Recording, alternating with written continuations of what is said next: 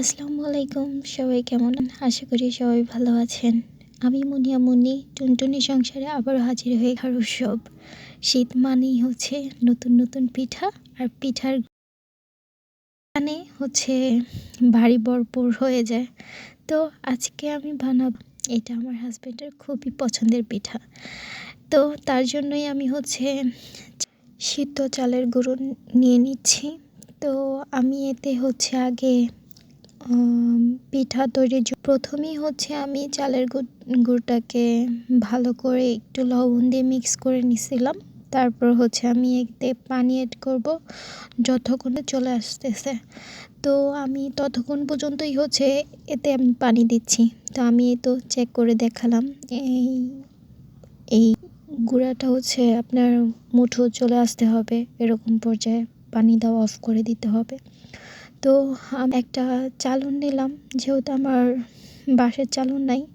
তো আমি এই চালনে চেলে নিতেছি যাতে পিঠাটা পারফেক্টভাবে হয়। তো এই তো, যেহেতু আমি এখানে অল্প পরিমাণ করব, সেহেতু আমার খুবই তাড়াহুড়া করেই করতেছি, যেহেতু বলছে। তো আমি এই তো চেলে নিলাম।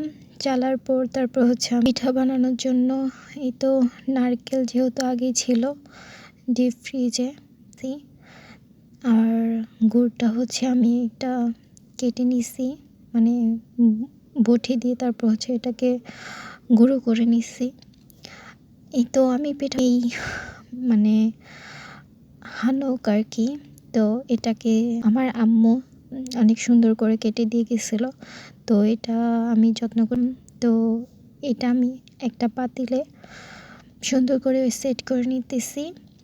সেট করার জন্য আমি এখানে আটাটা একটু চারপাশে দিয়ে নিতেছি, যাতে এটা থেকে যেই ধোঁয়া আসবে বা গরম ভাবটা, এটা যাতে চলে না যায়।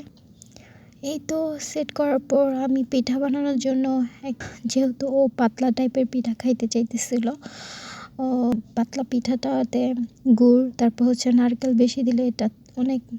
তো আমি তার জন্য ফ্রিজে করেই বানাচ্ছি হচ্ছে।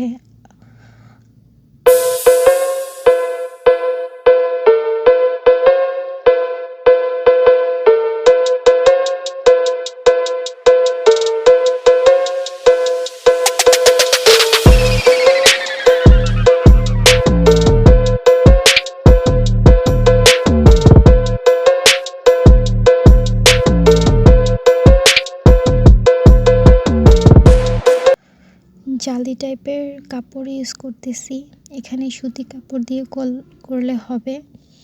তো এই তো পানিটাও হচ্ছে অনেক গরম হয়ে আছে, তো আমি এতে দিয়ে নিলাম। এই তো দিয়ে তারপর হচ্ছে অনেক রিক্সে হচ্ছে আমি বাটিটা উঠাইতেছি।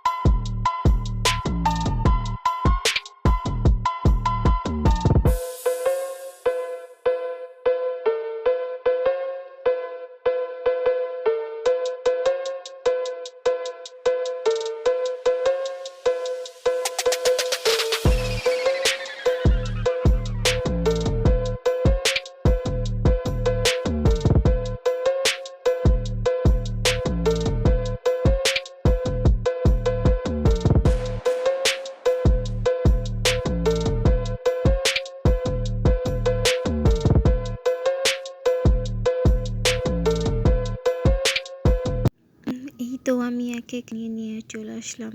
তো এই তো তুহিনকে দিতেছি, যে খেয়ে দেখো। সে তো খুব মহা আনন্দে খাচ্ছে, যে ওর কথা মতো হচ্ছে যখন তখন আবদার করে, তো তখনই রাখতে হয়।